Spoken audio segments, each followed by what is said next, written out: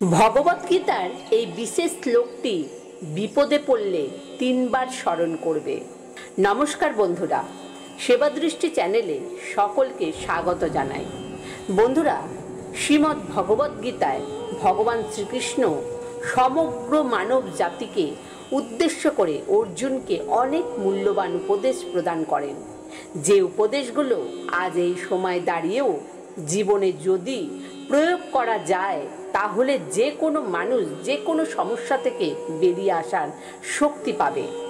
শ্রীমদ্ ভগবদ্গীতার এই সম্পূর্ণ কথোপকথনের মধ্যেই লুকিয়ে রয়েছে অনেক শক্তিশালী শ্লোক, যেগুলো যদি আমরা জীবনে কঠিন সময় পাঠ করতে পারি বা মনে মনে একটু স্মরণ করতে পারি, তাহলে আমরা সেই কঠিন সময় থেকে অনায়াসেই বের হতে পারবো। কিন্তু অনেকেই এই শ্লোকগুলোর ব্যাপারে জানে না বলে তারা কঠিন সময় পড়লে ঘাবড়ে যায় এবং বুঝে উঠতে পারে না কি করবে। আর এই মারাত্মক শ্লোকটির মধ্যে শ্রীকৃষ্ণ নিজেই সমস্ত সমস্যার সমাধানের কথা বলে গেছেন।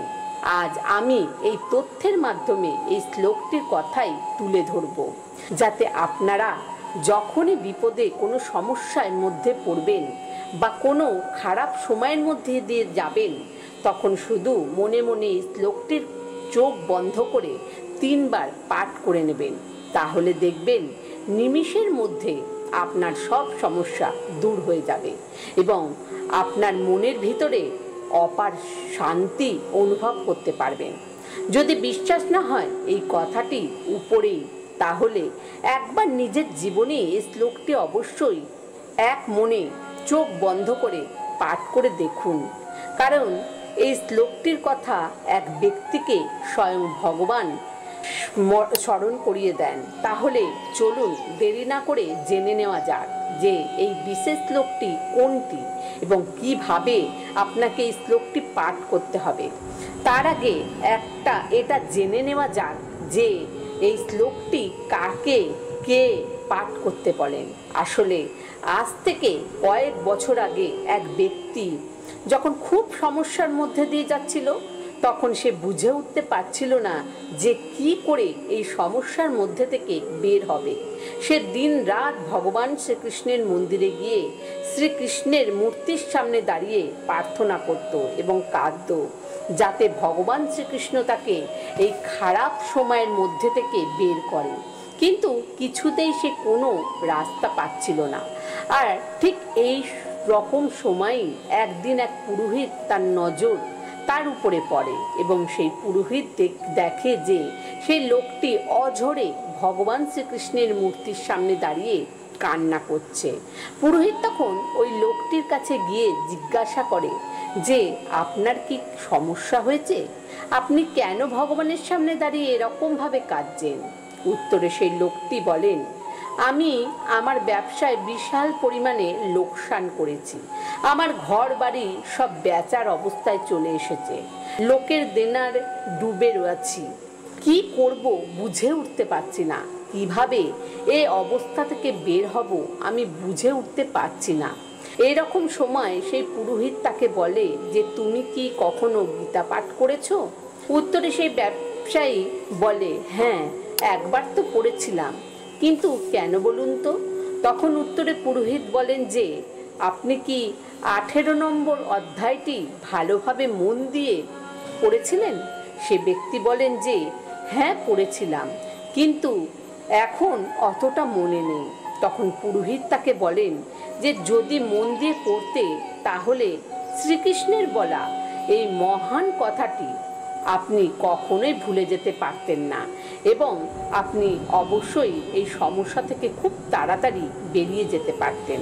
তখন লোকটি বলেন যে আপনি কোন শ্লোকটির কথা বলছেন, একটু পরিষ্কার করে বলবেন আমাকে? তখন সেই পুরোহিত তাকে সেই বিশেষ শ্লোকটি বলেন, সর্ববর্ধমান পরিত্যাজ মামেকাং শরণ্যা ব্রজ অহং তাং সর্ব পাপেভ্য মোক্ষয়িষ্যামি মা শুচ।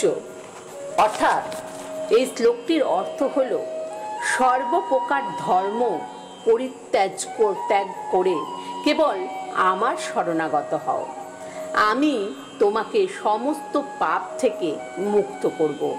বন্ধুরা, আমি আবার আপনাদের এই শ্লোকটি পড়ে শোনাচ্ছি।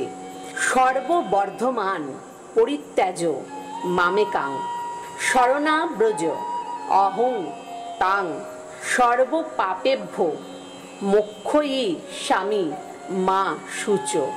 অর্থাৎ শ্লোকটির অর্থ হল সর্বপ্রকার ধর্ম পরিত্যাগ করে কেবল আমার শরণাগত হও, আমি তোমাকে সমস্ত পাপ থেকে মুক্ত করব, তুমি শোক করো না।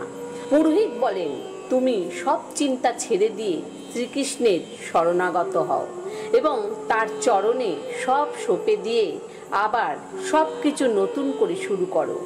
আর যা হয়ে গেছে তা নিয়ে শোক করো না। যা তোমার কর্মে ছিল তা হয়েছে, কিন্তু তাই বলে শোকে ডুবে যেও না।